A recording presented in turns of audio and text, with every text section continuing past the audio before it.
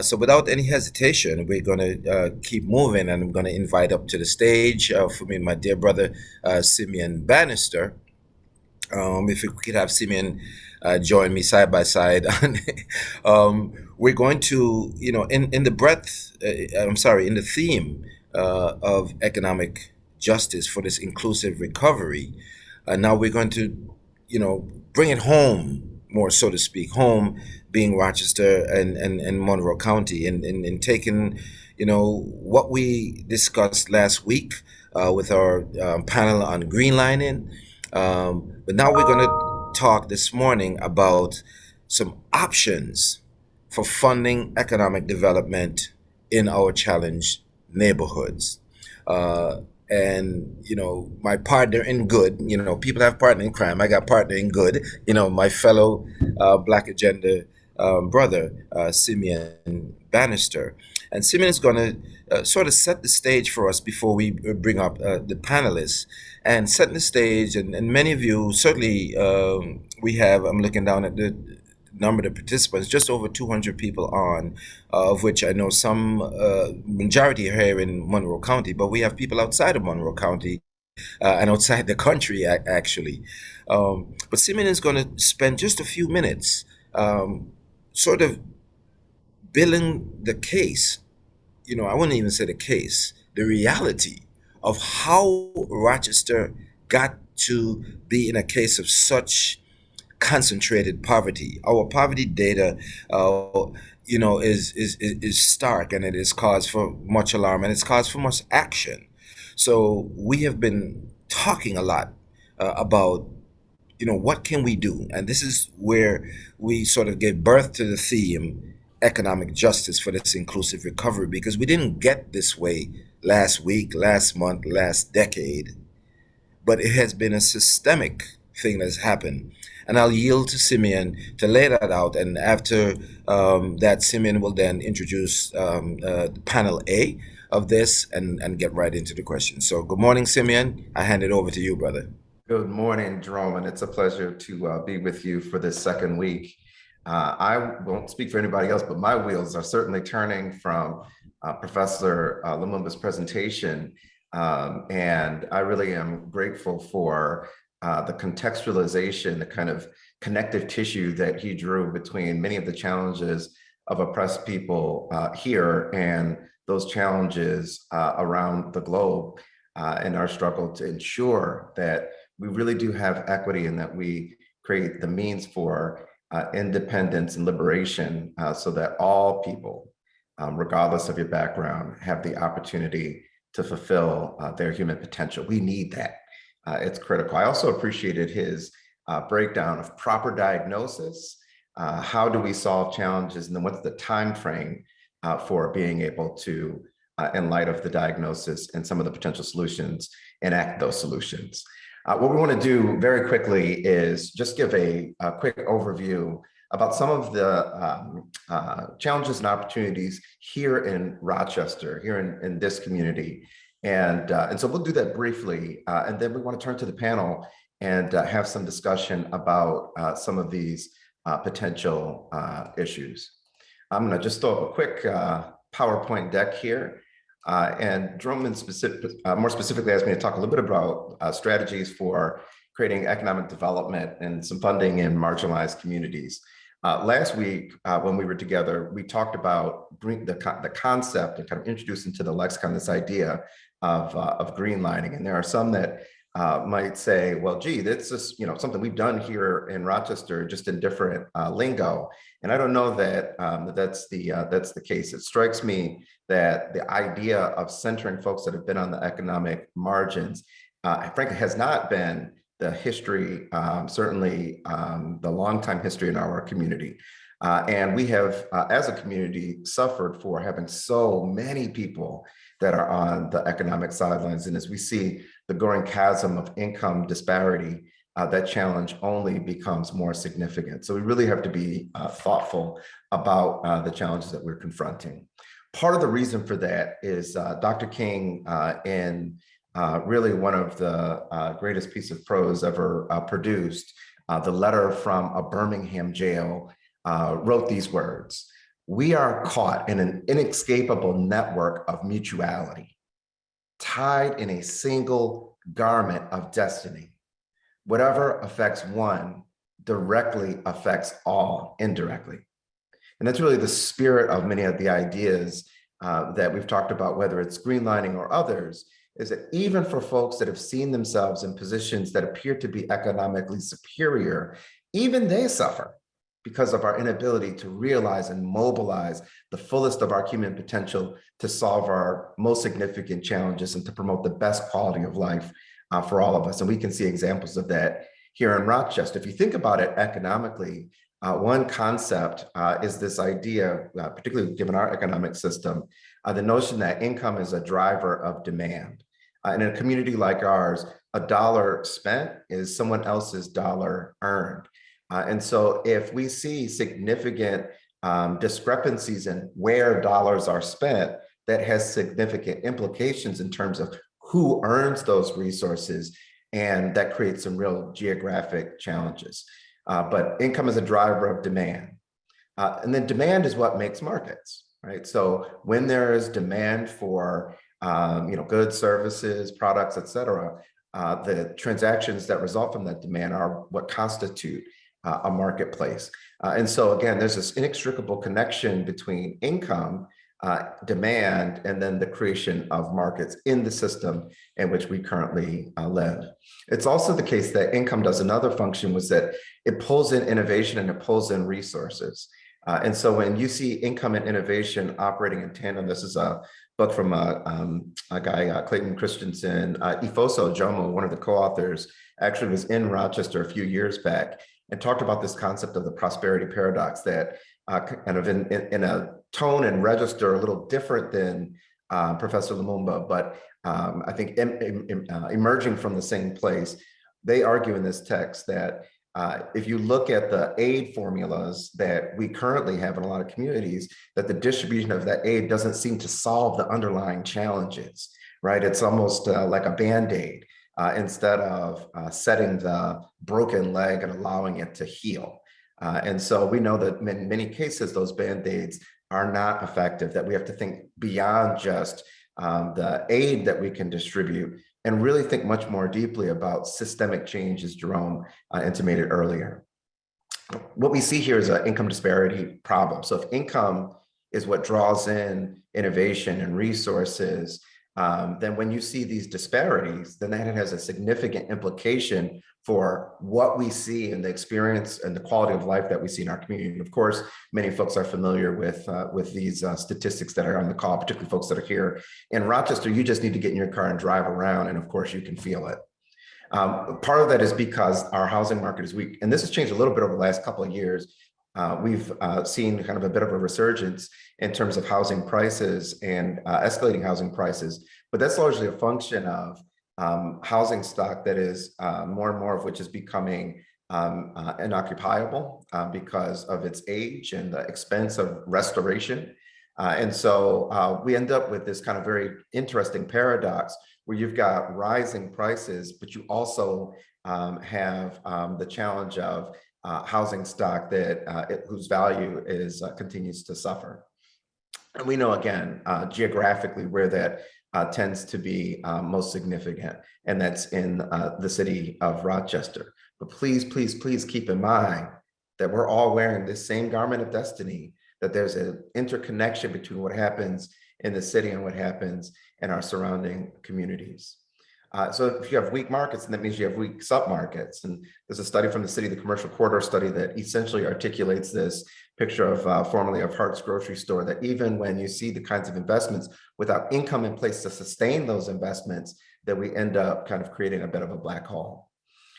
All of this is steeped in the historical antecedents of structural racism. And many of us are now familiar in this community with the color of law, which kind of describes the very creative ways that the racialized social order has been constructed and maintained in this country, particularly and moments of significant stimulus like the New Deal, like the GI Bill, and subsequent forms of stimulus, that the racial exclusion that was characteristic of those stimuli, even in cases where the intentions were good, the outcomes remain the same. And consequently, we see an echo effect that reinforces these disparities.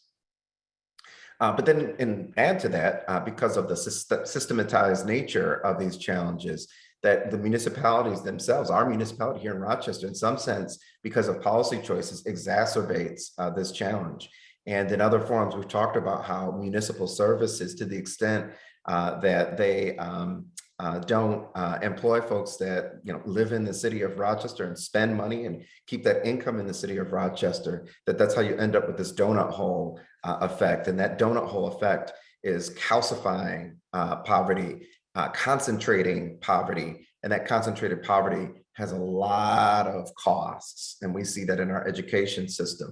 We see that in our healthcare system, where you find that our healthcare systems are having difficulty keeping up with the Medicaid expenses because the reimbursement rate doesn't cover those expenses. So we see the echo effect of these choices in a lot of cases.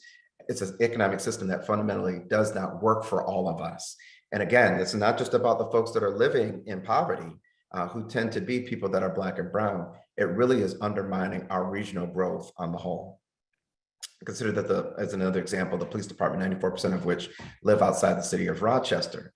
And so fundamentally what we've created is this extractive economy, in the same way that Professor Lumumba rather was talking about the extractive nature of what's happening on the continent. I was in Ghana just a few years ago, and it is so obvious that when you're in a country who is the third largest producer of cocoa in the world, of coffee beans in the world, those coffee beans, that cocoa ends up going to other places to get refined and sold. The value chain is pulled away from where the production is happening. That extractive economy becomes deeply problematic. In our community, we also see an extractive economy, right? Where the labor of folks that the distribution of labor, the distribution of our resources creates really significant challenges. And those challenges can become very problematic because economy works like the body, that the flow of resources is critical. Just like your blood is flowing through your body, depositing oxygen and carrying away carbon dioxide and making sure that you have this good flow of resources. If you get a blockage, that's a stroke, right? And stroke, if it gets bad enough, not only can it kill off parts of the body, but if it gets bad enough, it can kill off the entire body. And I would argue that in many ways, we are seeing the effects of a really significant stroke that is happening real time right here in Rochester and has been happening for the better part of the last 60 years. So there are a few options for regional parity. I'm going to fly through these so that we can get to the panel. Number one, regional tax sharing. Number two, there's conversations about residency requirements. And number three, folks have talked about a commuter tax, prefer the term tax on non-resident income. Regional tax sharing, we are a community that actually is a nation leader in regional tax sharing. The 1985 Morin-Ryan Plan was a response to the fiscal distress that occurred in the 70s when a legal decision told the city of Rochester that it could no longer tax in certain ways that it had enjoyed before, and really undermine the fiscal integrity of the city of Rochester. At the same time, you have white flight that's occurring, that had been occurring for the prior 2 or 3 decades. And so that chicken kind of came home to roost. And the development that was happening outside of Rochester's boundaries was beginning to cause this very significant donut hole effect. Lucy and Warren, who I've come to learn, embrace this idea of the community of Monroe, really saw the interconnective tissue between the city and the suburbs in a way that was, I think, in some ways very prescient for the time. He worked and collaborated with Tom Ryan, and CGR, actually, Center for Governmental Research, wrote a paper that ultimately became the Morin-Ryan Plan. And it's interesting to me that the title of that paper was Toward Greater Equity. Isn't that interesting? So there's a recognition there that there was an inequitable situation that needed to be remedied to stave off the worst of what would undermine this region. And the way that it works is that the first 3% of local sales tax, when it's collected, is given to the city. And then it also has a formula for holding school districts and villages around the county harmless. And that last part was really important part because there wasn't a economic necessity to put in that holding harmless. It was really a function of the political environment. There was a sense that just sharing was not going to pass political muster, that in fact there had to be a provision to hold folks harmless. And what they basically said was, let's take the upside of the tax revenue and figure out how we can distribute that if we can't encourage folks to see the sum as opposed to just each individual part. One of the challenges, though, is that if you think about sales tax versus property tax, there's a lot of volatility in sales tax. This is a graph from the National League of Cities that looked at city fiscal conditions and looked at sources of revenue. And when you consider sources of revenue, there's, as you can see, the yellow line is sales tax, the green is the income tax, and the purple is property tax. The property tax is far more stable and less subject to some of the vicissitudes of the economic cycle than what you see in the sales tax, which is so much more responsive. And so that 3% of the sales tax can vary pretty wildly, and that has significant implications for the resources that are ultimately provided. So it might be worth considering a property tax sharing agreement, and maybe that's something that some of our elected officials may want to respond to today. Residency requirements, won't go through all of this, but just point out that this is not like, a foreign concept that is, revolutionary in this case. In fact, that was actually in a lot of places, the law of the land. The expectation was that folks would live in the municipalities that they served. And it was really in the 1920s and 30s under the auspices of some of the government reform efforts that many of these approaches were repealed because of some of the corruption that had become so rampant in municipal government. And so I would argue that the baby got thrown out with the proverbial bathwater. But it's also the case, it's an interesting paper from a guy named Peter Eisinger from the University of Wisconsin, who really pulled apart some of the data and pointed out that the desire to create greater social symmetry between public servants and their clientele was actually really necessary, that people ought to have a stake in the communities in which they work. That evidence was at best, but there was at least some evidence that suggests that having a stake in the community works. But even more than that, the distillation of the labor pool by eliminating competition creates more opportunity. And this was kind of the central argument of his paper for applicants that were particularly people of color that inhabited the city. And so that was one vehicle that was possible. There are potentially unintended consequences that you have to wrestle with: the quality of the applicant pool, gentrification, the potential for retaliation from other municipalities that are around. So it's certainly not a panacea. But there are examples: Chicago, Philadelphia, Milwaukee. Here in New York, Niagara Falls, New York City, and right here in Rochester, the city of Rochester, for non-uniformed employees, has a residency requirement. Of course, the school district, which is by far the largest municipal apparatus, does not. And lastly, commuter taxes are really the idea that for folks that take advantage of the public goods in a given space, that those public goods should be remunerated in some way. If you're driving on roads, coming and taking advantage, or benefiting from the commercial environment because that can sustain the job that you come to. Some folks have argued that that's a really compelling rationale for leaving something behind and where you work. I think the point I really want to drive home here is that, again, not a foreign concept. Commuter tax, that language it can become slightly problematic because it does seem to strike of something that's kind of a bit exotic. But taxes on non-resident income are actually very common. The U.S. government has a tax on non-resident income. If you live outside the United States and you spend a significant nexus of your time here, you pay U.S. taxes. If you work in New Jersey or Pennsylvania and you come into New York for more than 180 days, you pay New York State income taxes. And so it is not beyond the pall that one might consider that the city of Rochester, as a way to recapture some revenue, could employ that kind of approach. New York City has had one. Akron, as I mentioned, the federal government and most governments do. I'm going to stop here. There are some real challenges, and we can kind of talk through some of these ideas with the panel. But the one piece that I know Jerome really wanted to drive home, and I think is an important piece to drive home, is that when those funds are collected, potentially, whether it's through a tax on non-resident income, whether it's through regional tax sharing, that revenue has to be used in a way that stimulates economic development in historically disadvantaged communities.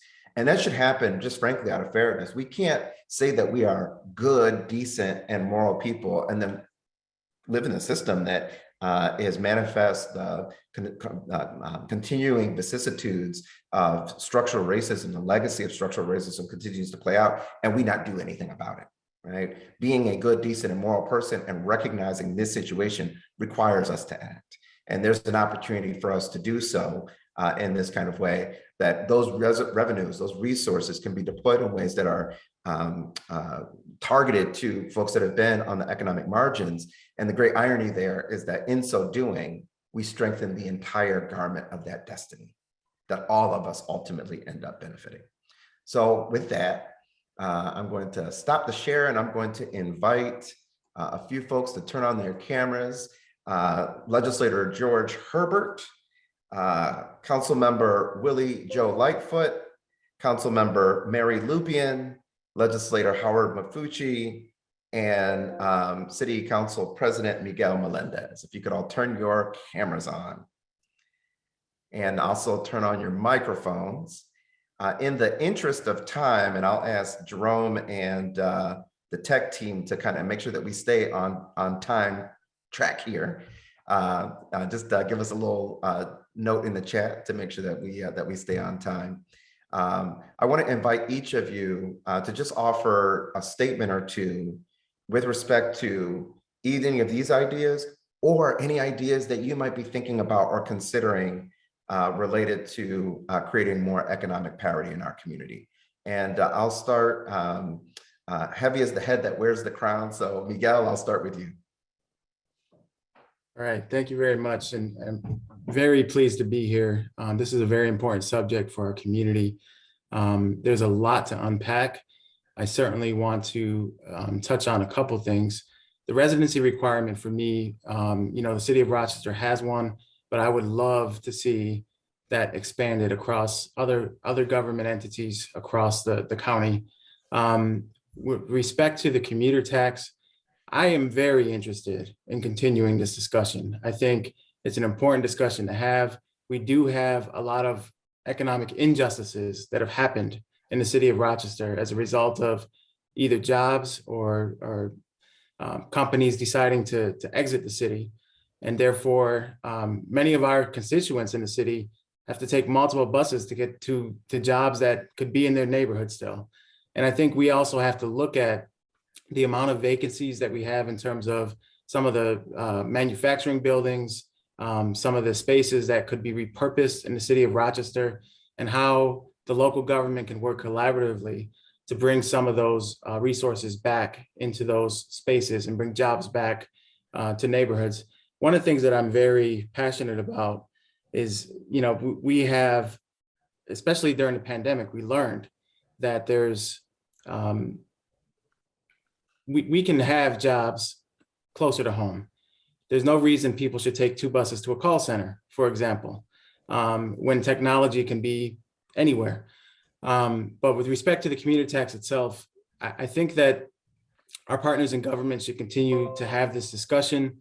I know it'll be a heavy lift. I know there'll be a lot of controversy around it, but I think it's the right thing to do. I think that we have a lot of opportunity to stimulate the economic growth in the city. And I'll just leave it at, I also want to make sure that we monitor the cannabis industry and that has some economic justice to it as well.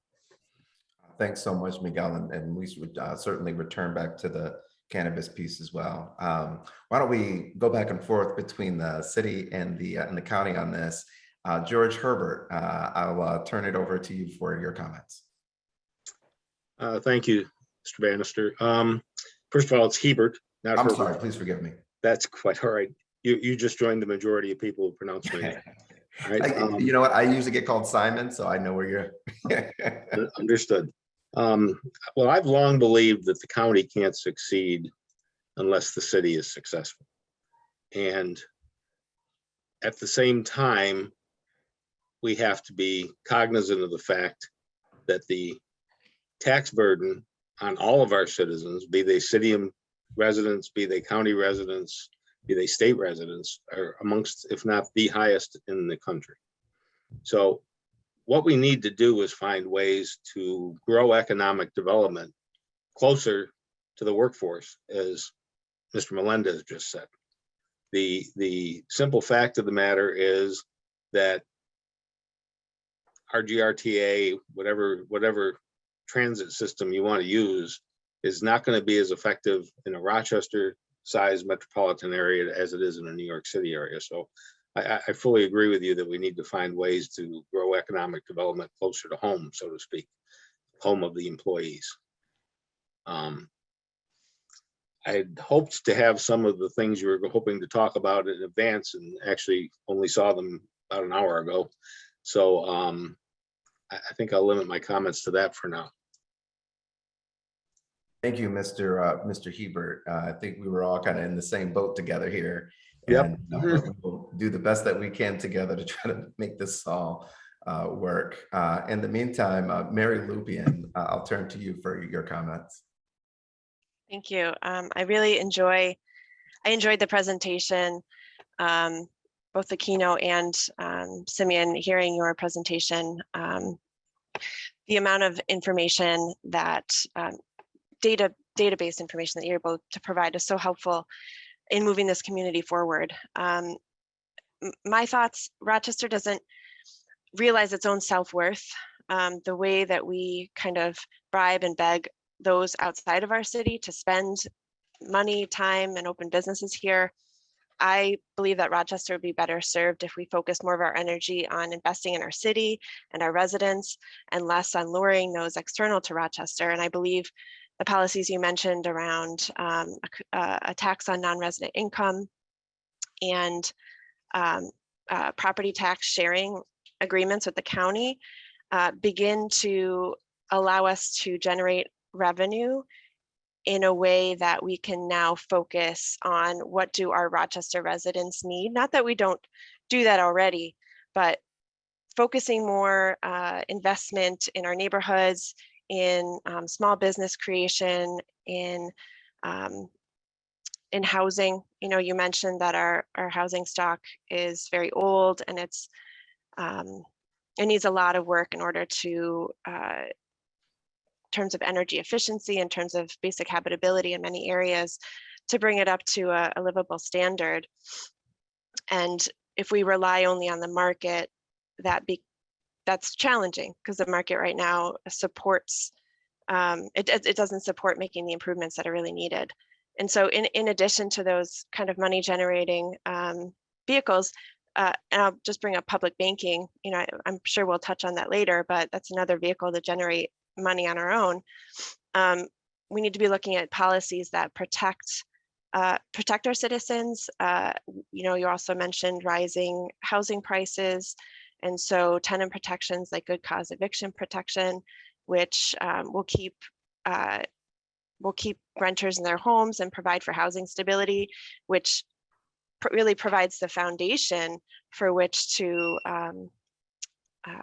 move on up and out of poverty. You know, if you're constantly being destabilized out of your home, moving to a different area, having to change schools, jobs, you know, different transportation route, it makes it very difficult to get a foothold. So I'll stop there for now. Thanks so much, Mary. Some really rich ideas there, including public banking, which we can certainly circle back on. Howard Mafucci. Morning, thank you. Before we get into anything particular, I just want to review something I learned from my former life as a school superintendent, and it continues now as a county legislator. I have a very simple planning process. What do you want? Why do you want it? How are you paying for it? That's the planning process. Then you move into three important concepts that'll help you analyze what might work best. First, nothing happens without money. So you have to figure out how you're going to get revenue to deliver what you want your residents to have. And then the financial stability of any organization has to be based on revenue that's adequate, sustainable, and equitable.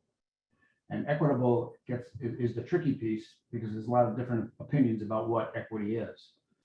And then it's very important to keep in mind a definition of economics.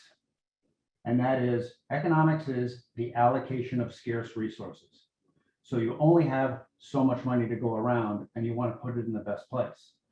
So as you look at some of the ideas that have been talked about already, I think you put them on the list of what we can do and what works best.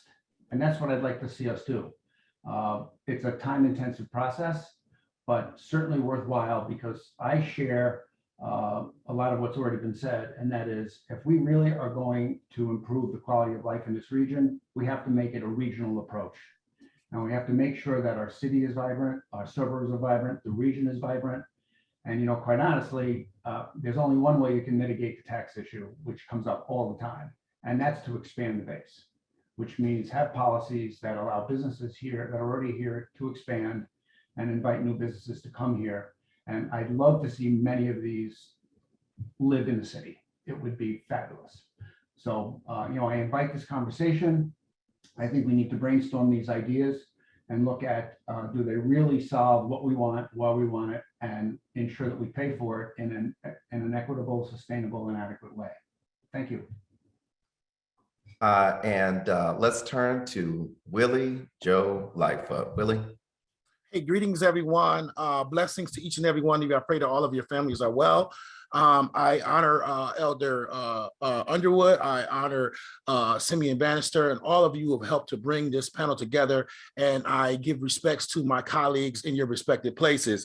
Very briefly and very quickly, I agree with a lot of that I've already heard. And I would say that when Mr. Lumumba was speaking as a keynote speaker, I was jumping out of my skin with some of the things that he was saying as it relates to when you talk about civil justice or civil rights as it relates to maybe human rights. And looking at that, I thought it was very germane to the fact that we're looking at this, he's from Africa from a global perspective, as what was just said by Mr. Mafucci, looking at this in his words as a more regional. So it's a much bigger situation that we must look at this and collaborate with to deal with these issues and problems. And I would think about when he was speaking, he mentioned Malcolm X, and Malcolm X spoke days before he passed away here in Rochester, New York, in the Methodist Church in Cornhill in 1965. And he spoke of that as looking at, if you're going to look at these injustices, you must look at them from a global perspective. Same thing we have to do here locally. We got to look at this from a regional perspective. So I'm glad to hear that that's being shared with some of my colleagues. The will to do, and when we look at that, I think we have to begin to understand that these economic justices, when we're talking about the use of these funds, however we get these funds and however we are going to disseminate them, if we're really going to talk about poverty, I hope we would speak to it, and I would offer for suggestions and consideration that we would look at it from the ownership perspective, because to me, it's not, when you speak, especially when you're speaking of housing, when you're speaking of these type of issues, the narrative is always around renting. I would say that I would offer for consideration that we begin to change that narrative, because if we're really going to reduce poverty within our community, we must look at ownership, and not only ownership, but when it comes to relates to NWE and development, we talk about economic development. So to develop, to build, then we must look at NWEs and creating developers that are people of color, that have a stake within our communities. And those people and individuals, I believe, we have less of them, and we need to do more work around that space. I am a developer. I'm a real estate developer of developed property within our inner city. But I'm one of a handful of people who've done that in the last 20 years in our community. I see that as opportunity for us to look at. And as it relates to living within our city, workers live, I'm very supportive of that. As a 22-year veteran of the Rochester Fire Department, I see a lot of money, millions of dollars, as it was spoken by a former mayor, Bob Duffy, years ago, that there are millions of dollars that leave our community. And again, we're looking at this regional, that go outside of our community and are invested into other communities by workers who work for this community. And I look as it relates to police department, as it relates to the fire department, as it relates to even other municipalities who don't have these residency requirements in place. I think it's a disadvantage to not only this community, but it also creates a lack of social a problem too, because imagine what it looks like, and I'm getting ready to close. Imagine what it looks like if you have a fireman living on your street. Imagine what it looks like if you have a police officer that lives next door to you. What does that do to the dynamics of our community? So, or if you have a teacher that lives next door to you. So we're missing opportunities as it relates to not just financial opportunities, but we're also, when it comes to residency, but I think we're also missing social opportunities that we're missing when we don't allow those things to be in place within our community. Thank you. Thank you so much, Willie. I want to turn to, there are some questions that have come in, and so we'll do this kind of popcorn style, if you will. Everybody doesn't need the need to answer every question, but feel free to jump in if you're interested in answering. One of the questions that came in asked me actually if I could elaborate on the whole harmless element of the Moore and Ryan plan. And acknowledges that it was a new concept, didn't understand the need. I'll just read very briefly from a piece that CGR actually did at its 100th anniversary about this particular topic. It mentioned that the county's top leader, Lucien Moore, a Republican, staunchly supported a community of Monroe, and it told Democratic city manager at the time, Tom Ryan, that the county would help given those challenges. Grassberger, who was at the time the head of CGR, recounts talking to the late Alex DiPasquale, then assistant county manager, and telling him people would vote against anything where they would lose revenue. And so they came to the conclusion, what about a lesser share of the increase, since at the time sales tax receipts were rising? A short time later, Alex called and said, go ahead. And he worked with him and Rochester budget director and my predecessor at the Community Foundation, Ed Dougherty. They ran numbers for hours and days until they came up with a plan that Lucien Moore and Tom were comfortable with. So that was the rationale for the inclusion of the Moore and Ryan. The question for all of you is, these ideas and concepts clearly have percolated around the community for a long time. I'm curious what's necessary to muster the political will and to make any of these kinds of ideas happen. It feels like so long ago that we were able to do it in this community back in the 80s. What needs to happen to make it a reality today?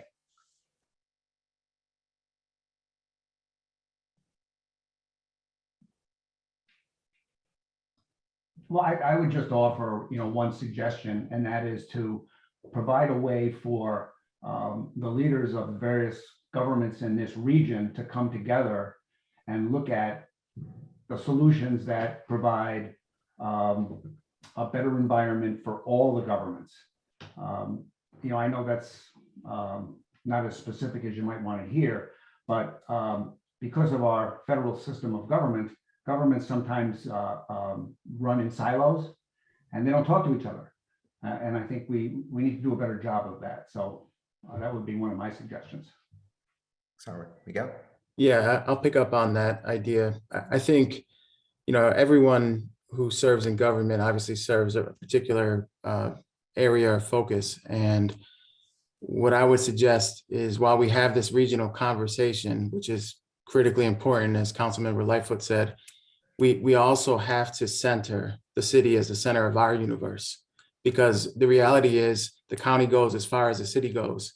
And we need to make sure that we strengthen the core of what we do and we bring in the resources necessary. I think in terms of having the cross-government conversation, we need to be real about that we need to center the city in our discussions.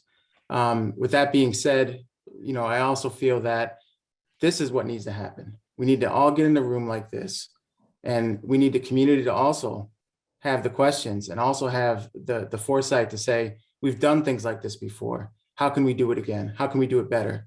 And so these dialogues are critically important as we move forward. And I look forward to continuing beyond this panel and figuring out what are our next steps. I would agree with President Melendez.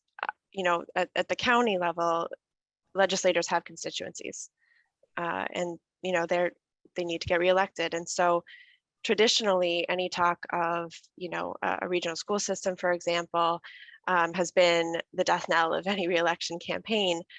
And I think that the property tax sharing agreement gets at the heart of what we wanted to do with a regional school system. It's not necessarily the proximity of our children to children in the suburbs, but it's more about the finances and sharing of the wealth that's so much of it is generated within the city, to be able to bring that back here. And I think that in order to really muster the political will in the county, we have to really work on the specifics and the data around how this helps all of us. We know how it would help the city, but what are the concrete ways in which it would help the entire region? One of the things we need to keep an eye on is related to schools. And with the state now fully funding foundation aid, what you're going to find is more revenue going to schools that normally didn't get that revenue. So I think we need to wait a year or two and look at what that does to the education systems that have been underfunded, which there are more than a few in this county, actually, not just the city school district, but some of the suburban schools. And the budget runs just came out, and there's really a lot more state aid heading to school districts that have been traditionally underfunded. Howard, I have to say I haven't tracked it as closely as I used to, probably should. But I know that back in the day, there was a hold harmless provision in the state budget with respect to foundation aid, and even though the formula was intended to create balance, the foundation aid, the hold harmless provision was almost like throwing a bit of a wrench into that formula. Well, and again, not that I want to get into too much of the weeds, but unfortunately, with the price of housing downstate, allowing their school taxes to flow where they should have gone would have been onerous. So the safe harmless provisions were designed to protect some of the taxpayers downstate. I think now there's a recognition that hurts other places too much. So it's been changed, and we'll see how that goes. It's kind of interesting. There are downstate issues and upstate issues that sometimes are a little bit different.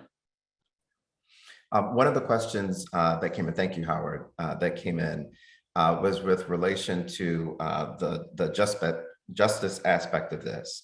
The question notes that harm has been done and it needs to be undone, and that can't be race neutral, that there has to actually be a focus. Does that idea resonate? Does it not resonate? Just throw that to anyone that'd like to answer. Simeon, can I jump in on that one, please? Of course, yeah. Thank you. I think that what I heard makes sense as it relates to in order, and I think we're all kind of saying this and agree that in order for us to move this needle forward, it's going to take a unified effort, right? And so, and with that unified effort, we have to be intentional about eradicating things that are against unification. So there has to be a will to do that. And so I would add that will. And when we look at that, I would offer our attention to Ramsey's solution, right, to the enemies of unification, which is failure to communicate, lack of shared purpose, gossip, or taking situations or not having the right people in the room who have the power to handle or make difference and change within whatever we're talking about or dealing with, unresolved disagreements, which is what I think you were just pretty much talking about, and sanction incompetence. So we have to look at those things, and we have to be intentional about eradicating those things in order for us to have the will to want to be unified in these efforts. I had an opportunity to spend a lot of time with Paul Haney before he passed away. Wonderful, wonderful man. And one of the things we haven't done a very good job of is having a unified approach to economic development. And that really is what needs to happen in terms of bringing our governments together and looking at a non-siloed approach to growing the tax base. Personally, I think Western New York is a fabulous region. We have a lot of water. The weather doesn't harm you too badly. We have a fabulous collegiate environment. So I think there's a lot of assets that we can use to promote companies wanting to expand here, stay here, and then bring new companies to the region. And if you expand the base, you will have more revenue to address these issues. Yeah, thank you for that, Howard. It's really fascinating. I know that Matt Hurlbut from the Greater Rochester Enterprise has talked pretty extensively about at the GRE meetings about the need for a strong urban workforce is one of the things that site selectors are pointing out is really attractive, and that some of the disparities might undermine our ability as a region to progress. Legislator Hebert, I saw you come off mute. Yeah, excuse me. Yes, I did. I want to point out that we have a gem here that I think we underutilize pretty badly, and that's called Monroe Community College. That college is a superb facility. I don't know if you guys have walked through it. I've spent many hours there waiting for our daughter taking a class a few years ago, and was absolutely astounded by the level and quantity and breadth of the resources they have available. And our two-year schools exist to enable local companies to get local training to fulfill the positions. I think opening the downtown campus was a brilliant move, and something certainly we all supported, I think, because again, it puts that resource closer to the city residents. It puts the resource in a centralized location as opposed to being out, in Henrietta, so to speak. And I think that we need to take some serious look and make some serious efforts to help them expedite, in my view, particularly their STEM, science, technology, engineering, math initiatives, because that's what many of these companies are looking for when they want to relocate or they want to expand. They need specific skills. I'm not telling you that we need two-year degrees. I'm telling you that we need certificates to become a fill in the blank, whatever the company needs. And MCC is a superb resource for that. And I think that as we think about these things, we better incorporate that into our plan in a major way, because without that, you're going to find employers that are going to say, well, we'd love to come here, but you don't have the skills and the resources. Thank you, Legislator Hebert. I would really like to create a STEM Valley East concept: science, technology, engineering, math. Keep the RIT graduate here. But I also think we should explore ways to bring some manufacturing that left this region back to the region, because we want to be able to find jobs for all people. Because the bottom line is people have to make a living wage, or we're just going to have an anchor that will be hard for the region to survive. We've seen that actually. So I think it's a combination of high tech, but also some type of other manufacturing that we can bring people, that we can provide jobs for people so they can actually make a living. And I think MCC, George is very correct. It's a gem. It's very tactical. I know I sent a lot of students there, and they were able to do the 2+2 program, which is very efficient if you want to get a more advanced degree. Yeah, just a quick add on this one. I also feel that we need to start younger. And, with the city school district, there's, I think, a lot of opportunity for us to try to build programs that align with the workforce, so that we're not just waiting until after high school, that we're starting in high school and thinking about how we can prepare our young people for the workforce. Thank you, Miguel. Couldn't agree more, Miguel. I think that I think our school systems have had far too great a focus on four-year degrees, regardless of what the topic might be. And as a person who works with a number of high schoolers on various robotics projects and stuff like that for years, far too many of them are pushed to go take and end up with a degree that's going to end up with them being unemployable in a wage that will allow them to live successfully.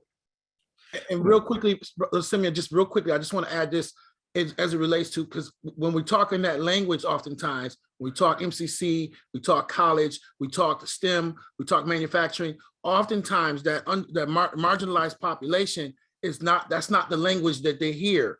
So I would also offer consideration too that we talk about skilled trades, right? Military. That I'm a product of skilled trades. And so it was good to hear you talk about, Mr. Hebert, about certificates. Can we turn some of these opportunities into skilled trade opportunities and learning opportunities that can just happen by certificates, getting to them early and making that also an option for them as well as higher learning? So we are covering a pretty wide berth this morning. I do want to lift up a question in the chat that kind of takes us back to some of the potentially reparative dimensions of what the work that we need to do. Question comes in about, for again, anyone that wants to answer, as representatives of local constituents, how are you engaging your constituents and stakeholders in these critical conversations around economic disparities and the need for a regional focus? I'm going to append to that specifically, how are you engaging folks that have been on the downside of our economy because of all of those historical reasons?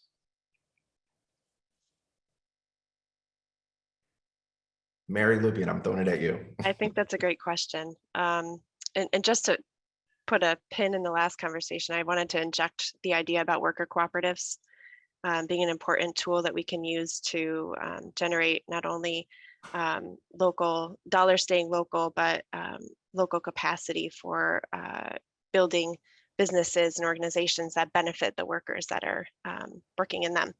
But in terms of community conversations, I think it's a place where, at least with the city, we've struggled to really engage the people who are most impacted by some of the policies. You know, there tends to be the same people at the table and coming to meetings. And I think we have to do a better job of not just expecting people to come to our table, but coming to their table in the community to get opinions. And I also think that there's a barrier in that there's a lack of trust, because as a government, we've come to the community many times for opinions and then not really done much with them. And so it's emotional labor to give that opinion. And it's not that people are apathetic, it's just that they're tired of being let down by us. And so I think we have to show some action and goodwill in order to regain that trust in the community.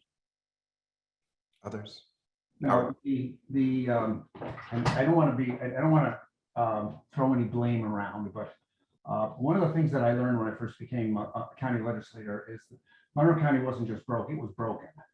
That several decades of questionable fiscal policies resulted in the county being one of the most fiscally stressed governments in the state. And it's all changing now, which is a good thing. So what I did was, with Paul Haney's help, I've probably done 75 presentations on what does Monroe County do, who pays for it, and why should you care? And the reason for that is that if we really are going to direct money to people in need, you got to have the funds to do it. And it was important for me to help my constituents understand what they were paying and what wasn't happening and what needed to change. And I'll say this, over the last couple of years, the legislature in particular, in a very bipartisan way, has passed budgets that's putting more money into services that go directly to the street, that help real people. And we're doing it in a cost-effective way, primarily because the economy's been pretty good the last couple of years. So, you know, I will say this, that it's important for residents to understand, what does your government do, who pays for it, and what's working and what's not. Thank you, Howard. Legislator Hebert? Yeah, and as I agree with Howard as far as some of the budgetary things that's happened, I think we all need to be very, very careful, because since the coronavirus pandemic has hit, we have received large amounts of money. I mean, ARPA funds alone, city got what, 206 million, the county's getting 144 million. We have to spend that money very, very wisely. I think we need to find ways to ensure that the way we spend the money does not result in long-term tax increases. If you want to drive people out of the state, keep raising the taxes. Unfortunately, that is a major factor if you look at the surveys of people leaving New York State as to why they're leaving New York State. We just have to be very careful that we spend that money in a way that produces something that does not require long-term tax-based support. And the rule of thumb there is, not that I want to dominate this conversation in any way, if you have one-shot monies, that should go to one-shot expenses. Yes. And if you want to develop programs that will continue, the funding has to be sustainable. And, you know, as Simeon said before, we're getting into a lot of very interesting areas here that you can't deal with in a half hour. It takes a much longer time to explore. But I think we need to do that, because we want to be able to provide sustainable funding for necessary programs. So I agree with George. You know, one of the other interesting things that I will just introduce real quickly, New York is one of 8 maker states. We send more money to the federal government than we get back in state aid. There are 42 other states that they are taker states. And I think we need to find ways to get the federal government to send more of our money back to us because we have needs. Thank you. Let me just ask that question. I want to reframe this question slightly. So initially the question was around how you engage stakeholders, constituents in these conversations. I want to hear some more about that. Also interested in hearing Legislator Hebert, for example, your constituency is going to have much different concerns than Councilman Lightfoot's constituency. Yet Lucien Moore, in some ways, again, was a man ahead of his time in this notion of the community of Monroe and the interconnection. I'm curious if you all see ways to create these dialogues, conversations that result in action, in ways that bring together disparate groups, constituencies that don't normally show up in the same places, remedying some of the segregation issues that we have in the community. So I'm going to throw that out there, and just we're going to close in 4 minutes. So I'm going to throw that out there for anybody that would like to answer. How do we bring folks from disparate communities together for this kind of work? Well, let me start by saying my district consists of everything from a group of mobile home parks in the southwest corner of Penfield with some of the most expensive residences in the county on Lake Ontario, or Rondequoit Bay. So I do have constituents who have every bit the same problems as Mr. Lightfoot, and I have constituents that obviously don't share that. I don't believe you're going to make progress on any of this stuff without a substantial educational program to bring people up to speed on the concerns, for example, that were in your presentation today, Mr. Bannister. I think that kind of information needs to get out. I think that when all you hear, I believe the majority of what the residents in my district hear from the city is, here's how we're going to try to raise more money. We're going to raise more money, and it's always tax, tax, tax. And again, they don't want to hear that unless they know why. You got to put the two together. And until we do that, I think we're going to be stuck in the mud. Thank you, Legislator Hebert. Councilman Lightfoot? Very quickly, and thank you for that question. It's a great question. I think, first of all, we have to address the issue of the trauma related with all of the byproducts of all this has done over centuries and decades. We have to be honest about that. We have to be upfront and acknowledge that. Atonement first starts with acknowledgement, right? So that's important. Then we have to create safe spaces. And I'm grateful to own a barbershop and to have one of those places that is considered a safe place where people are still willing to have conversations that they normally wouldn't have at City Hall, at the county legislature, which I've had the ability to serve on both. And I know it's very difficult to get people that are normally not engaged in those processes to come and speak out. So we got to look at non-traditional areas and safe spaces where we can have those conversations. And the other part was, how do we engage with compassion? We engage with acknowledgement. We engage with sensitivity around the impact that these issues have had on people's lives and that are very real with them, and be very present with them through their experiences in this. And then with that, to bridge, because the other part of it is, how do we engage, and then how do we bridge? That bridge part comes with the healing around the work. Instead of coming in with the solutions, we got to acknowledge the pain. And so that pain will get us to the solutions and help us to create the bridge, because we can uncover all the masking around us not realizing what these problems, how they have impacted families and generations. Thank you so much. And thank all of you for participating in this panel discussion. Mary, I'm just going to throw your comment out here that gathering community input is different than involving folks at the decision-making table. This is a comment that Mary threw into the chat, and that the latter is more transformative. And I think that that's a great note to end this conversation on how do we bring folks together at the decision-making table and do the kind of work that's educational, to Legislator Hebert's point, to ensure that folks are coming into the conversation with the necessary information so that we can have the kind of productive conversation dialogue that repairs the harm and sets us for a much brighter future. So with that, thank you all. And I guess we're going to turn to the next panel here. Our next panel includes our City School Board members, including Beatrice LeBron and President Cynthia Elliott, who's already got the camera on. Good to see you. From the City Council, Dr. Mitch Gruber, Councilman and Doctor, and Councilmember Mike Patterson. Thank you for being here. Let's jump right in. Let's start in the same place. Any responses to the presentation, to the ideas around some of the regional disparity, some of the opportunities for creating more regional parity and setting regional parity as a foundation for growth? So we'll, why don't we start with, since you were on first, Commissioner LeBron. So thank you. Yeah, I was actually listening. It's been a great conference so far. So I do want to thank ABC and Sarah Taylor for organizing and putting this together and out there. Something that Mafuchi said, and I love Mafuchi and I do appreciate his budget education for residents of Monroe County, is around equity. And I just want to be real clear that from where the lens I will be speaking from regarding equity is regarding Black and Brown folks around economic development and economic justice.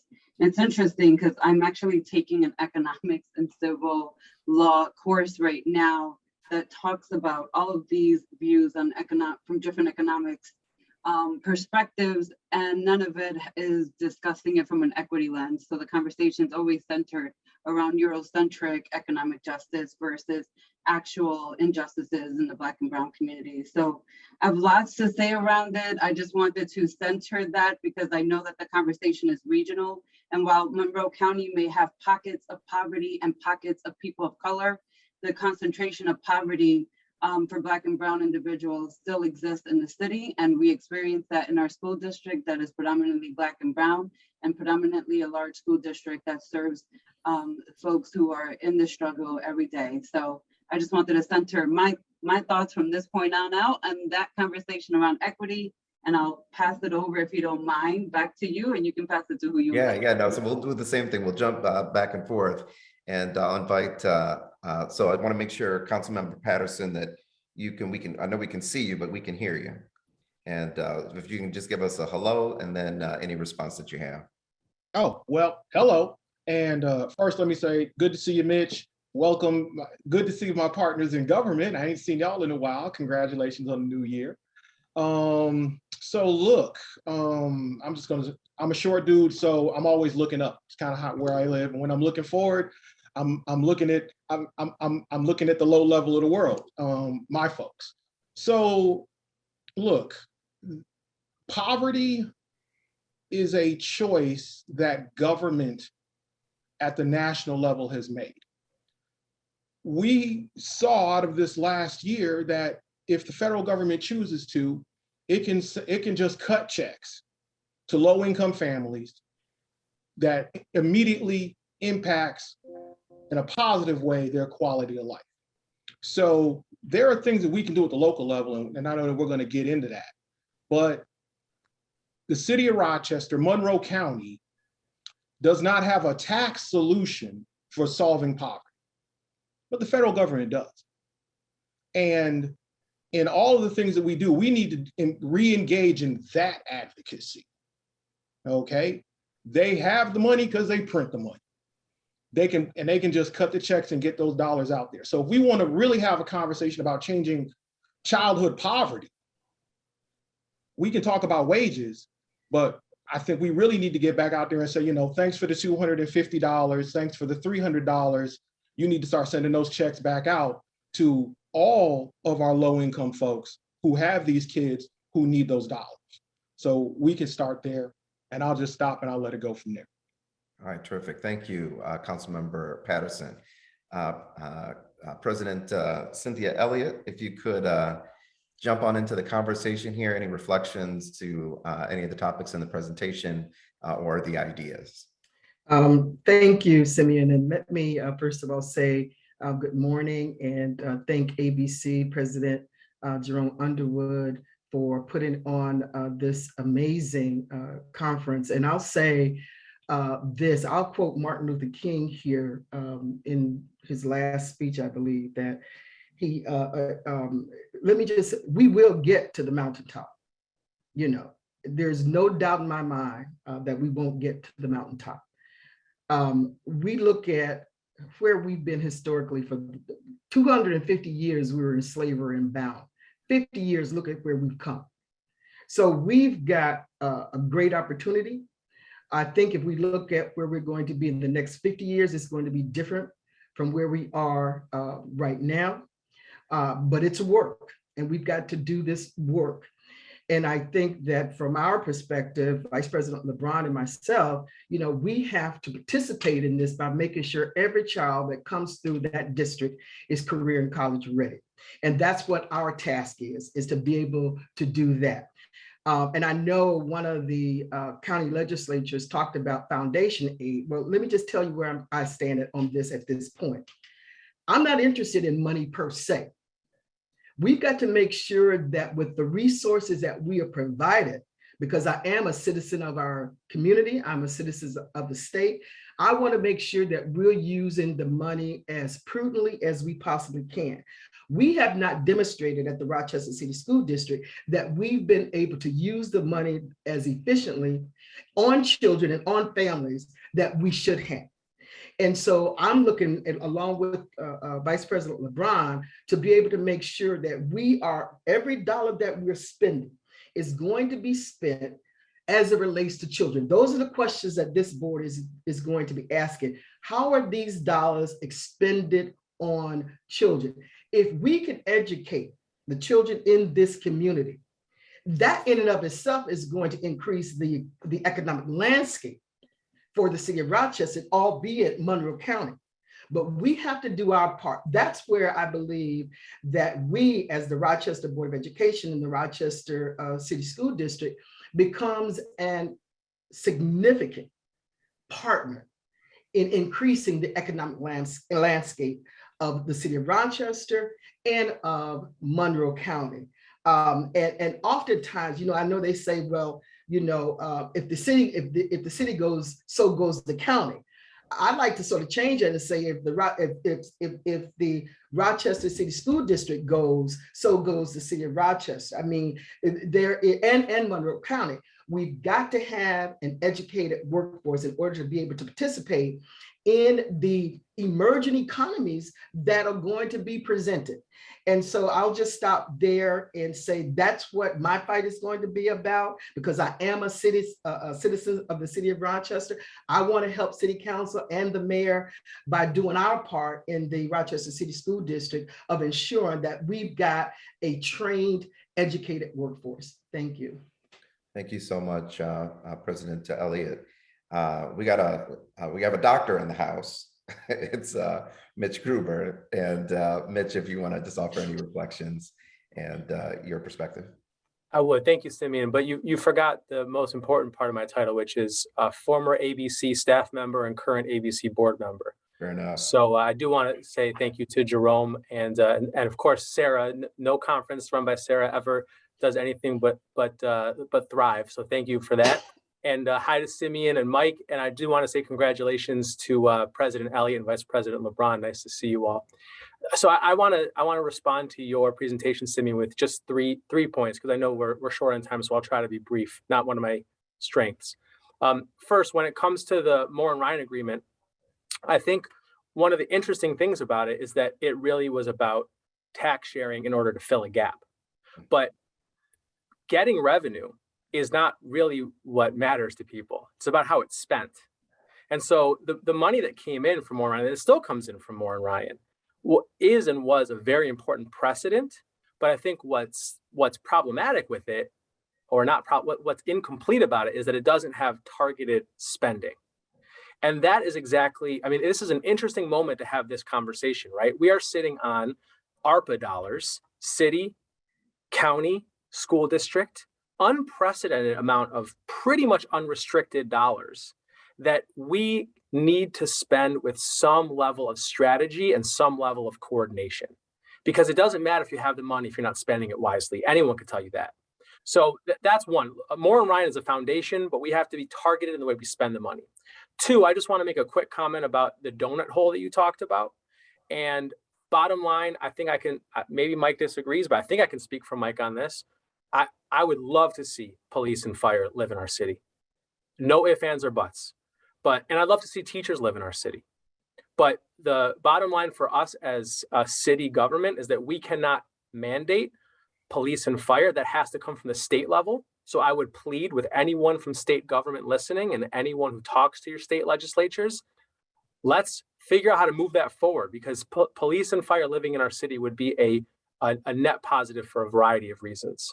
And finally, I just want to add one more thing, one more nuance to your presentation, which is that there's other areas that we can begin to talk about capturing some revenue for equity purposes.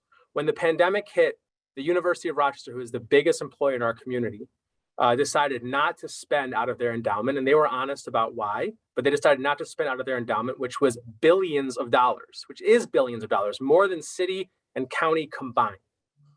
And at the end of the day, they also, at the time, furloughed workers. They also put a freeze on certain benefits, oftentimes hitting the lowest paid workers at the University of Rochester. That is one example of how we need private sector employers to work with us.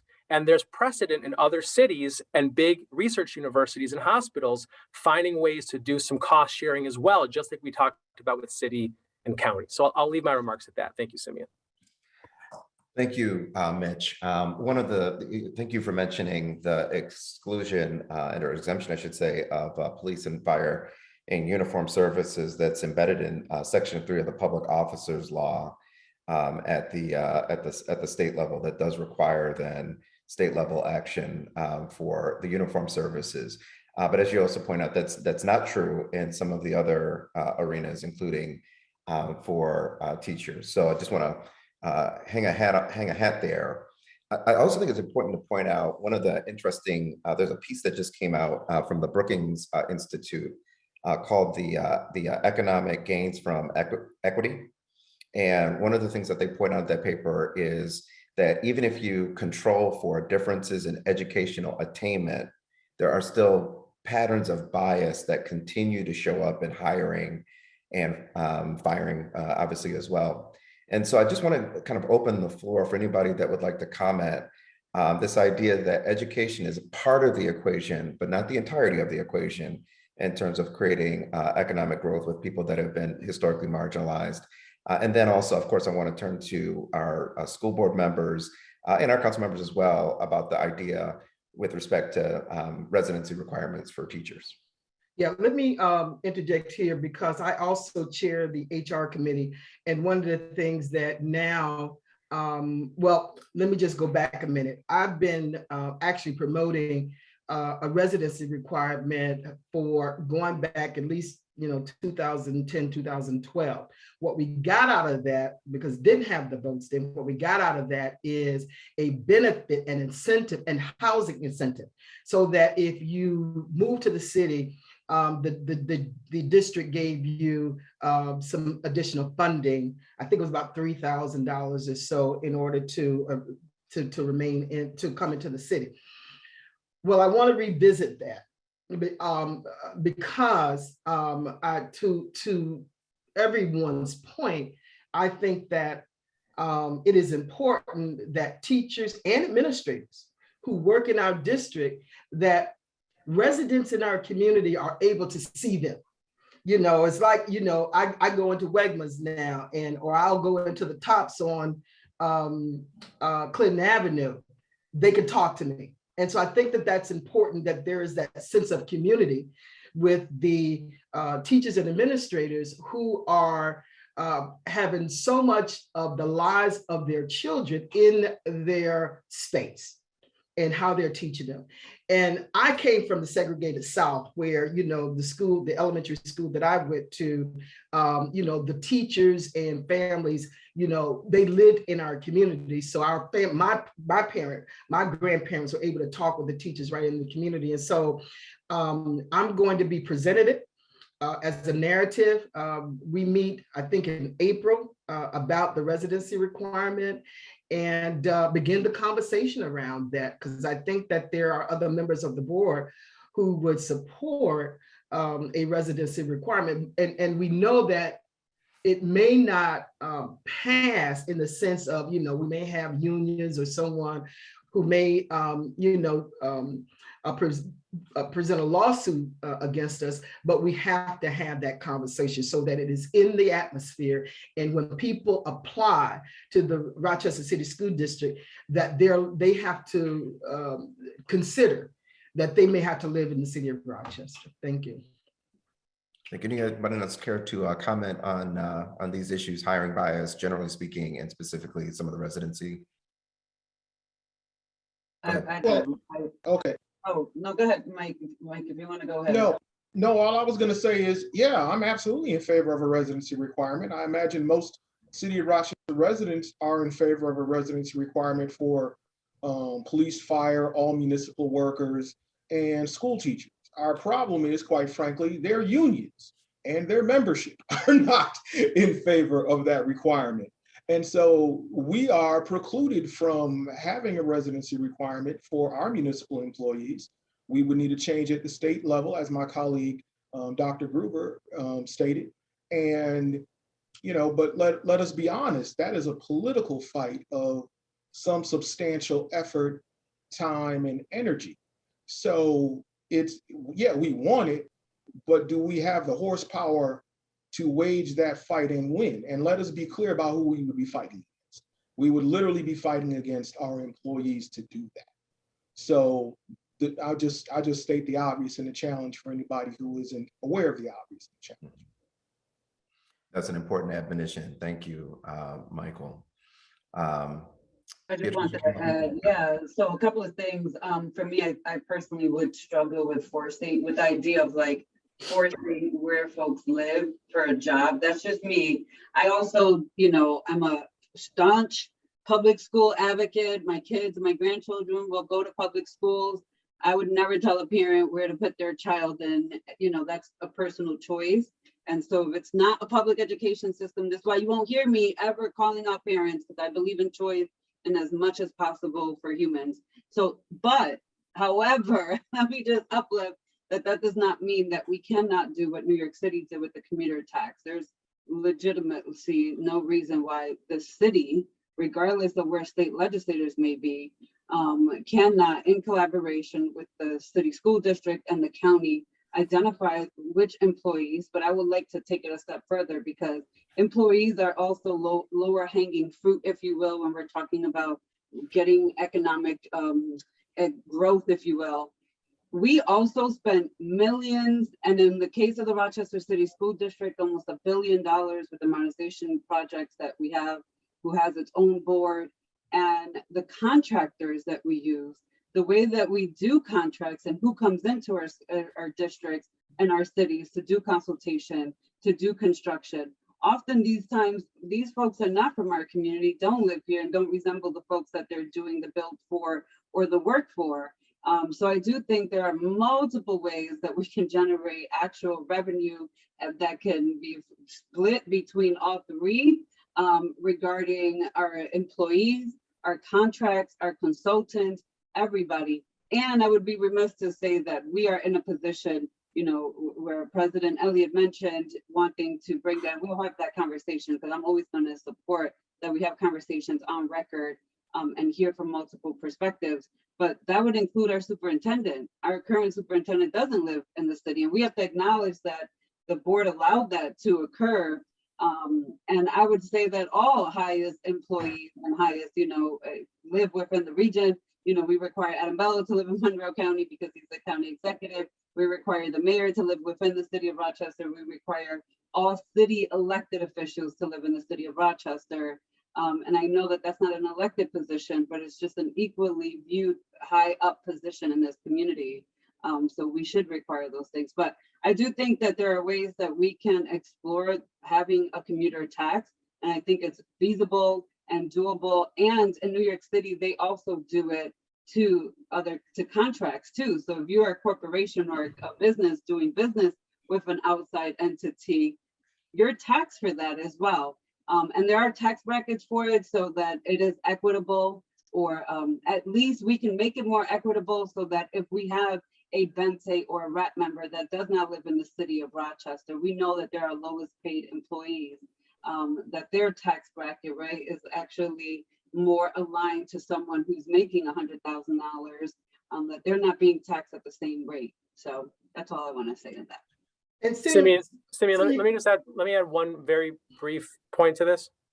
Go ahead, Mitch, and then Cynthia. Yeah. So as I said before, I'm all for residency requirements. I'm for residency requirements for anyone who's receiving a paycheck from government, from the public sector. I'm for residency requirements. However, I do think that there's a very logical bottleneck, which is housing. If we had thousands and thousands of people who just tomorrow had a residency requirement and decided to move into the city, I think we all know that the housing market in Rochester at the moment wouldn't allow for that. So I think that leads me to two things, and hopefully one will be a thread for later. One is, I think rather than having an incentive for people to live in the city, it would make more sense to have a tax or a fee if you choose to not live in the city. And number two, we need to significantly invest in our housing stock. And part of that, I think, gets to some of the bigger points I was making before about Moore and Ryan. So if we take dollars that we have as a community and we find ways to help people rent affordably for 5 years or for 10 years, that's great, but it's not generating wealth. It's not building generational wealth. And we need to figure out how to build more housing and create more pathways to homeownership, which we started as a city to do with the Build the Block program, among other things. But that needs to be done on steroids, especially if we're talking seriously about a residency requirement. So Simeon, if I can just also add this, the other piece about this is that if we are requiring people who work in the city to live in the city, what does that do to the residents who are currently living in the city? How does that impact their taxes? And one of the areas that I'm working with someone who I grew up with around the Lewis Street Center area is now with regard to the inner loop. There's the opportunity now for folk who live on the south side of the interloop to come on the north side of the interloop. Well, what about the people who've been there for years and years who still are there? You know, I've grown up out of the neighborhood and gone, but you still have those families who have purchased their homes, have paid for their homes, but then you get people who are coming into that community that may cause the housing stock to go up. That's a good thing. Yet at the same time, there's taxes associated with the increase in value, which the homeowners who live there currently may not be able to pay. You know, so how do we protect those families who currently live in the community while we don't want to stop progress? Those families who are coming over that may have, you know, houses that 100,000 or, you know, whatever that value may be, how do we protect those families who currently live in the community? Well, can I dive in there on that one? Of course you can. Yep. Sure. So to that point, that is something that I and Dana, Commissioner pending Dana Miller for NBD have been talking about for years, even when he was on council and now in his place in there. I don't know if we actually have the ability to specifically exempt those folks from the tax increase, but I know it's something that we are talking about. As far as a residency requirement, you know, just some of the way you could potentially do this, I can't imagine if we were to get to a point where we could actually do a residency requirement.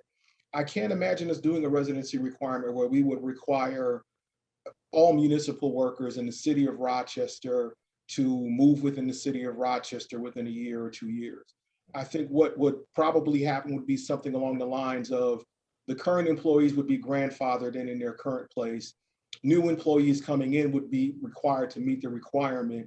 And so the issue of building new housing to meet this increased demand would be a bit more incremental. To the challenge of additional housing and the need for additional housing, you know, one of Governor Hochul's proposals is a $25 billion fund to build more affordable housing, which is a huge and tremendous need that we have in the Rochester area, especially for folks in that 30% AMI bracket, our lowest income folks. So we have some opportunities to pursue there. We're going to pursue those.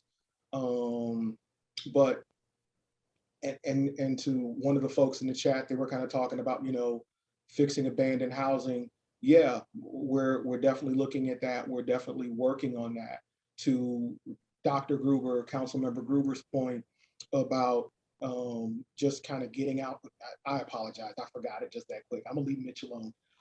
But we got a lot of work. We've got a lot of opportunities. We've got a lot of things that we can do, and we are working on them. Thank you, thank you, thank you. There's a question that did come in the chat. It's, I'm reminded of the former Mayor Tom Barrett of Milwaukee, who had a residency requirement. Wisconsin state government intervened, and at one point during the debate, he said, people have the right to live wherever they want. They just don't have the right to public employment while doing so. And kind of glib, but an interesting point. There's a question though that instead of looking to mandate where teachers live, why not instead start working in high school to encourage more city youth to become teachers?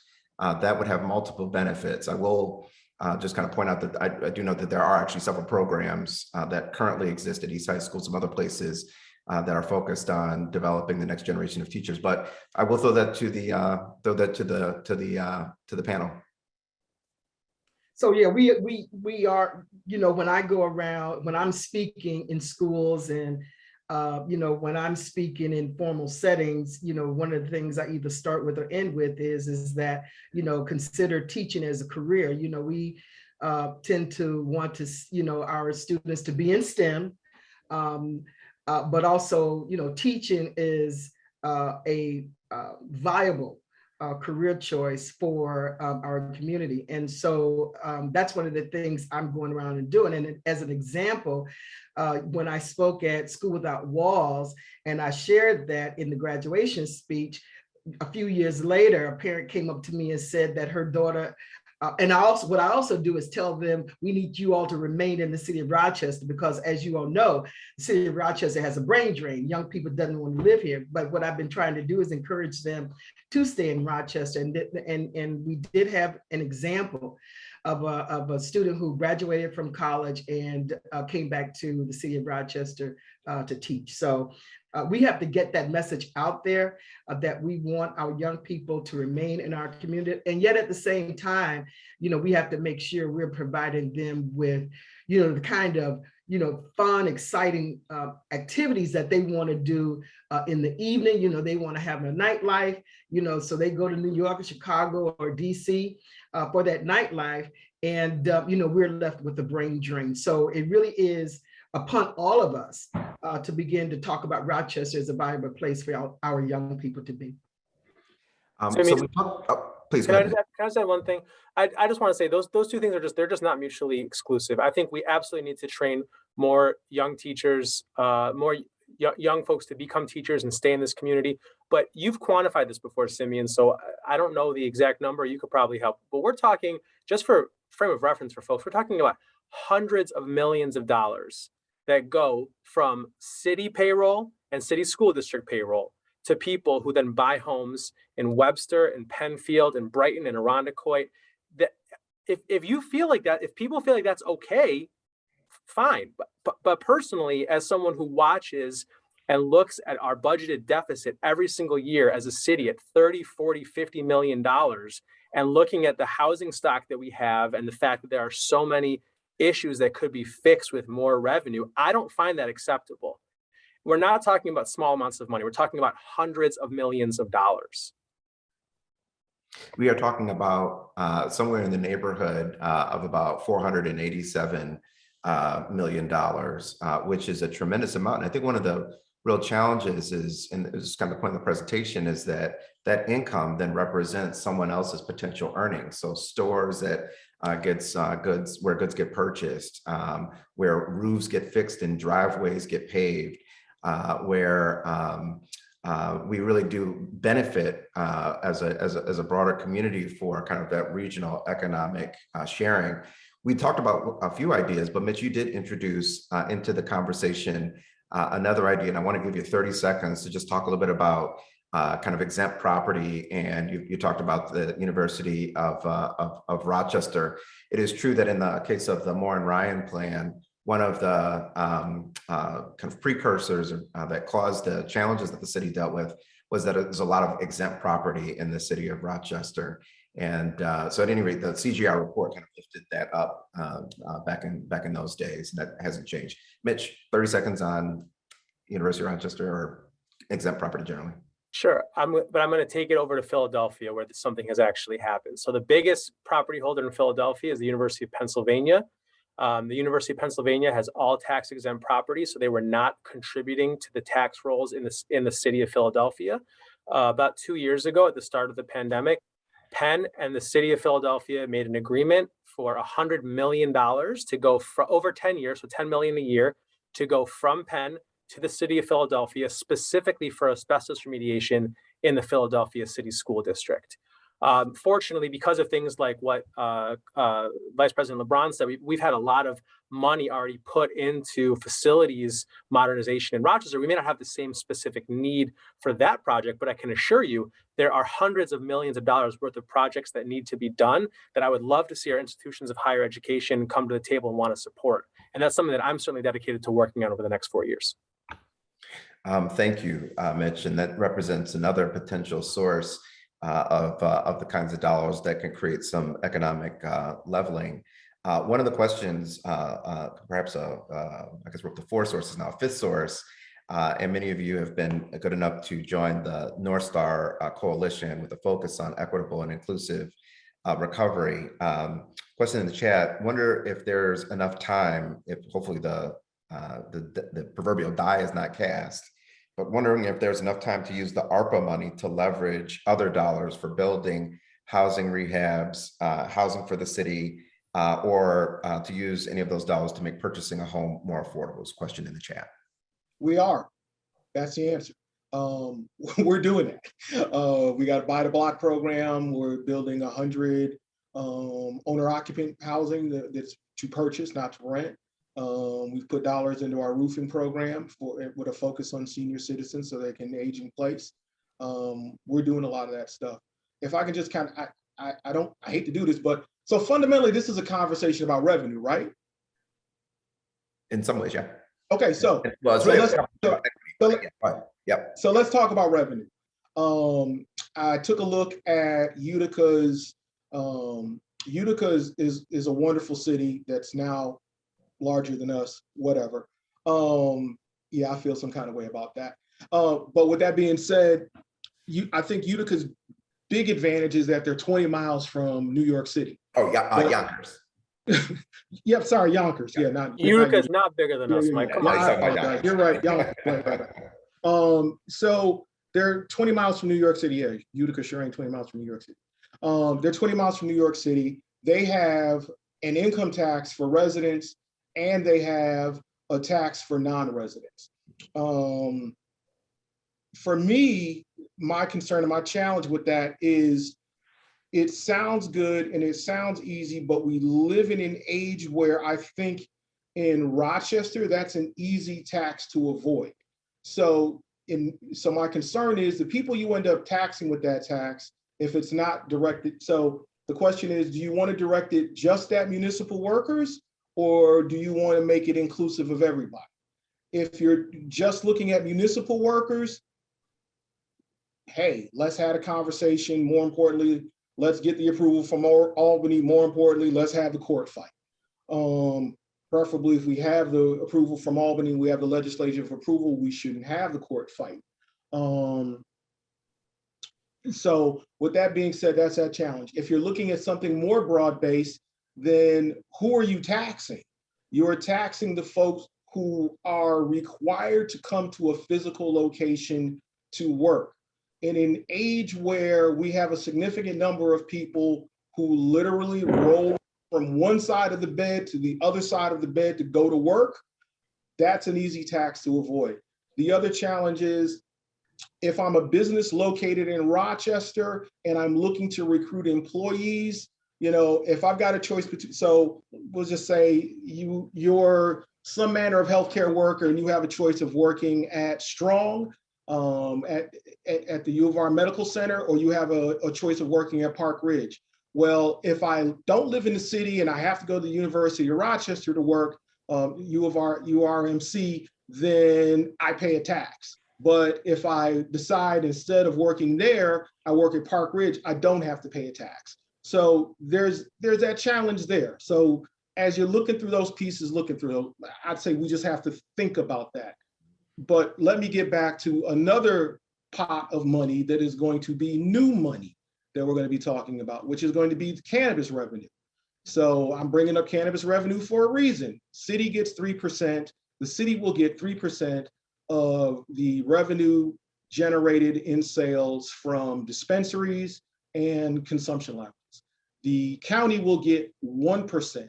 Now, the city is only limited in their 3% to what is sold in the city, but the county will get 1% of everything sold across the county.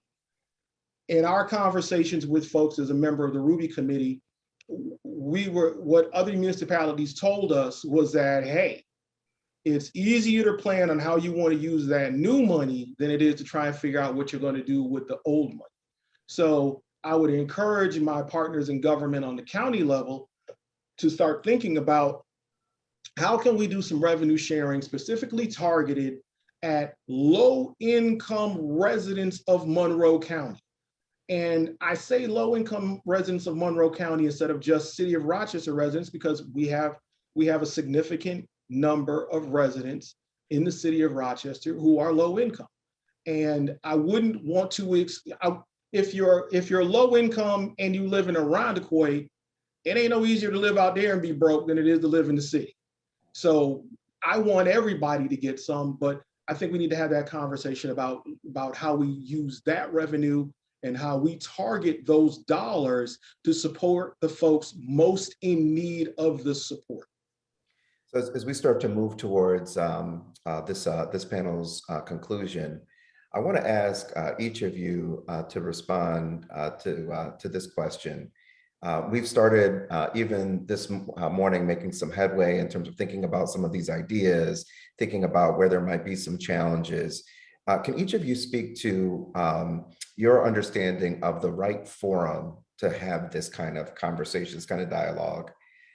Can you talk a little bit about how we involve the broader community in the dialogue, and particularly centering folks that have been on the economic margins? I know that there are several, there's a 333, there's different, if anybody wants to kind of unpack what that is, there's some other forums. Where are we having this kind of conversation in a way where any of this stuff can actually happen? And whoever would like can. I'm going to jump in and I'll just share for those who are attending what 333 is, which is a table with 3 city council members, county ledge, and school board members. But historically, it's been a table where we're coming in and sharing where we're at financially. And I don't know, I've served for almost a year on that table. We are looking to revamp and have some shared goals and figure out a better way to utilize that table and that support. But I just want to answer, how do we get these conversations to the people? And for me, I truly believe that the only way to have these conversations is by going door to door and having them with the neighbors. And yes, it's a lot of hard work, but we're always looking for shortcuts for hard work. And these are the outcomes that we get. And I do want to uplift Mary Lupien's comment around getting community input, which historically what I've witnessed both on the school board and with city council too and county ledge is that community members will come and give input, and then they're listening, and then they still vote the way they were intending to vote. And oftentimes that input isn't incorporated in how decisions are made. And it's very frustrating for me as a commissioner to watch it happen time and time again with our families that do make the effort to come in. But I do think that we do have to do better, and it's going to take a lot of hard work. And that hard work is going out to the people and having these conversations with them and capturing that. I know for us, I just want to uplift for the school district, we are going to be moving towards a participatory budgeting model that we're going to be rolling out, and it's going to take us a while because it's a lot of training that's going to be involved. But I do think that ultimately giving parents and our staff and students themselves the understanding of how our budget works and the tools to help us make these decisions is going to be ultimately the best way for the district to move forward. As we're having these conversations around equity and where we should spend dollars and how they're getting to kids in classrooms, this is going to be the way. And also giving them the knowledge, right? I don't want to be a decision maker with the knowledge that I have and then ask someone to give input and not share the knowledge so that they can make the best informed decision. So it's going to take that kind of work. Where do we move forward from here, though, as a collective governmental body, all of us? I think we're going to have to figure out how to have those conversations even beyond 333. And these conversations, if there's more than 4 school board members or 5 council members, and county ledge is ridiculous. They're like 29, I believe, folks. So, but for us, it's any more than 4, any more than 5, it has to be in a public domain, so that the community can also be attending and observing and hearing public conversations about potential decisions. Thank you. I'll go next. I think that you know, I've been around a long time, so I've seen quite a lot. And when I first started, I said, you know, quoted Martin Luther King, that we will get to the mountaintop. But what has hurt us in the past is that when we've had diversity of opinion, we have not respected that diversity of opinion, and that sort of divided us. And so I think that we have to respect people's position, whether we agree with them or not, and focus on what it is we want to accomplish. I don't want to necessarily focus on the broader community yet. I think that we have to come together, those of us who are involved in this work, who really want to make sure that that people of color are able to participate equally into this economic landscape. We as people of color first, I believe, who understand the lives of the people that lives in our communities who are economically challenged. I think those people have to come together first so that we have a plan, we have an agenda, how we want to move out to the broader community. What are we asking the broader community for? We can't, I don't believe that we can have partnership with the broader community until we're clear about what our ask is. And so I would ask that we, those of us who are intimately involved with the communities that are challenged, that we come from a position that we know what our ask is. And then at that point, we go and we talk with the broader community in terms of the resources that our community needs in order to move our people from poverty to prosperity. Thank you. Thank you. Just let me just pause super quick and point out that in a moment, there's going to be a poll that pops up about the experience of the conference today. For everybody that's with us, if you can please be sure to respond to the poll, please do so. Mitch, Michael?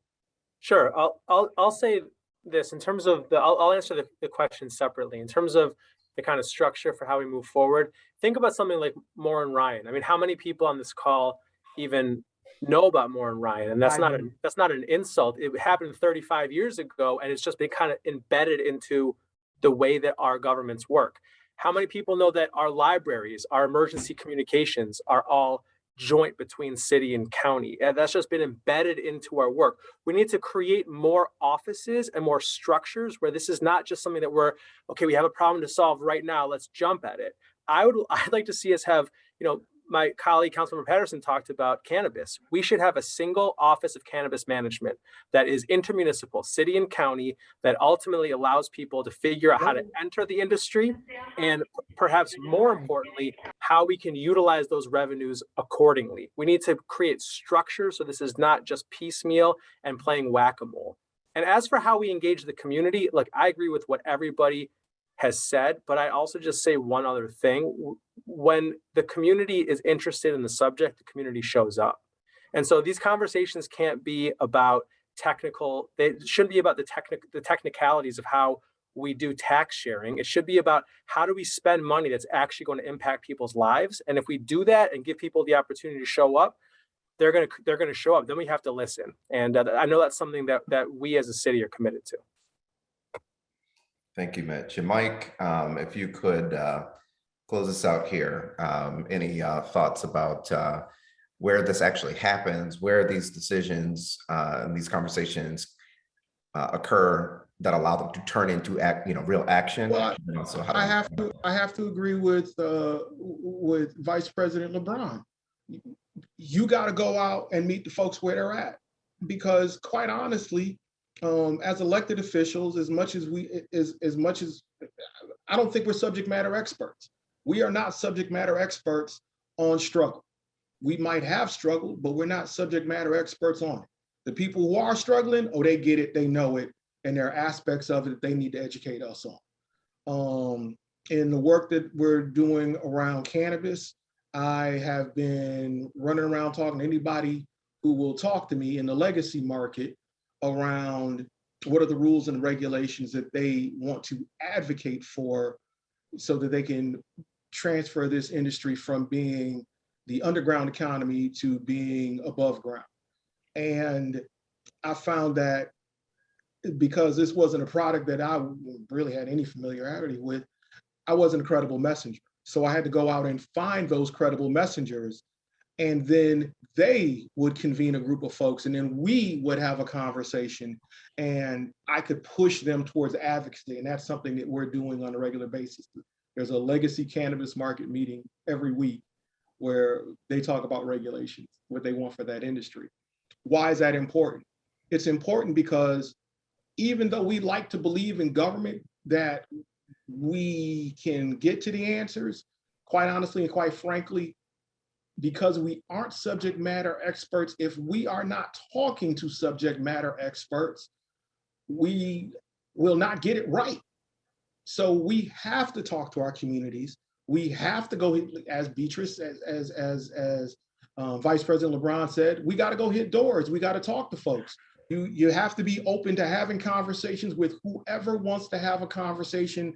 And to President Elliott's point, even with folks that you may well disagree with, you know, argument is the coin of the realm in politics. We have a duty and a responsibility to argue, but we shouldn't fight. So that's the work in my mind. And how do we continue this? We just keep talking. That's the answer. And I just want to thank ABC for hosting this dialogue and starting it off, and we just need to keep doing it. Thank you so much, Mike, and thank you all of the panelists for your participation in today's conversation. I want to just really echo and bring the keynote address back to the table here, where Professor Lumumba reminded us of the importance of solidarity and collaboration. I heard that sentiment echoed in this panel. And really being thoughtful about the mechanisms that we have for managing differences of approach and internal conflict and disagreement, so that ultimately we recognize, as Dr. King said, that we are indeed sharing this same garment of destiny, that the decisions that are made really do impact every single person in this community in ways that are both direct and explicit, and even more in ways that are indirect and implicit. And so thank you all for your participation. I do want to remind everybody the poll is still open. So please respond to the poll to ensure that we give Action for a Better Community the feedback that they need. And then last and certainly not least, I want to thank Jerome and the team at ABC for giving us this forum to have the kinds of discourse that frankly have not always been normative in Rochester. This is another step of progress. And one of the places that we started the conversation last week was acknowledging that while there's still a long road for us to go, we have in fact made progress, and we should take a moment to celebrate that. And Jerome, we celebrate you for the leadership that you've provided for the conference. And with that, I hand you back the stage, and we look forward to hearing your final comments.